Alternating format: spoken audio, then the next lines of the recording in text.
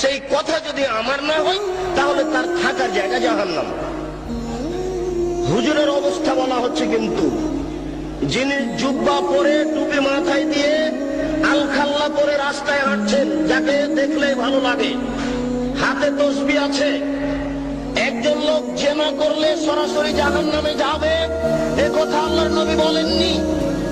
একটা লোক চুরি করলে সরাসরি জাহান্নামে যাবে এ কথা আল্লাহর নবী বলেননি। পিতামাতাকে গালি দেওয়া পৃথিবীর দ্বিতীয় মহাপাপ, পিতামাতার অবাধ্য চলা পৃথিবীর দ্বিতীয় মহাপাপ। এরপরেও যদি মানুষ পিতামাতার অবাধ্য চলে সরাসরি লোকটা জাহান্নামে যাবে এ কথা আল্লাহর নবী বলেননি। আল্লাহর নবী প্রথম দুই বাক্য বলার পরে তৃতীয় বাক্য বলে আগের দুই বাক্য ঠেকিয়ে দিয়ে বলছেন, কেউ যদি আমার দিকে কোনো কথা ধাবিত করে সেই কথা যদি আমার না হয় তাহলে তার থাকার জায়গা জাহান্নাম। এবার আপনার সাথে আমার কথা, আপনি যেদিন ক্লাস 2 এ পড়েছিলেন সেদিন একটা গল্প পড়েছিলেন, নবী যে রাস্তা দিয়ে হাঁটতেন একজন বুড়ি সে রাস্তায় কাঁটা পুঁতে রাখত, নবীর পায়ে কাঁটা ফুটলে বুড়ি খুশি হতো। একদিন দেখলেন নবী রাস্তায় কাঁটা নাই, তিনি ভাবলেন বুড়ির কিছু হয়েছে।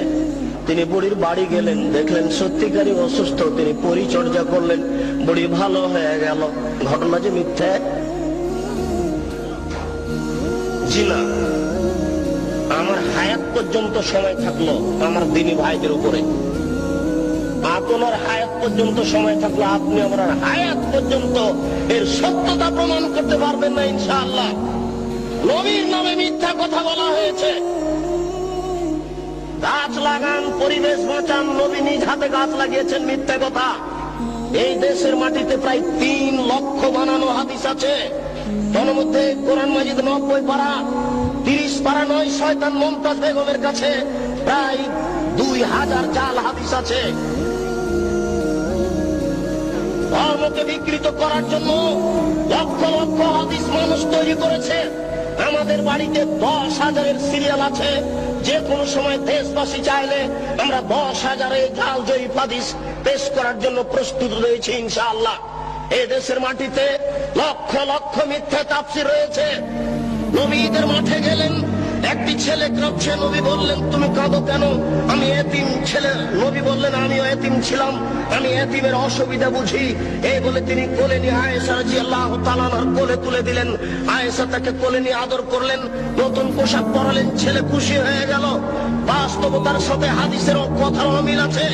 রাসূল সাল্লাল্লাহু আলাইহি ওয়াসাল্লামের বাড়িতে ভিক্ষুক ভিক্ষা পায় না, বহু ভিক্ষুক ফিরে গেছে, তার বাড়িতে ভিক্ষা দেওয়ার কোনো ব্যবস্থা নেই, সেই বাড়িতে নতুন পোশাক থাকলো, এটাই বা হয় কি করে?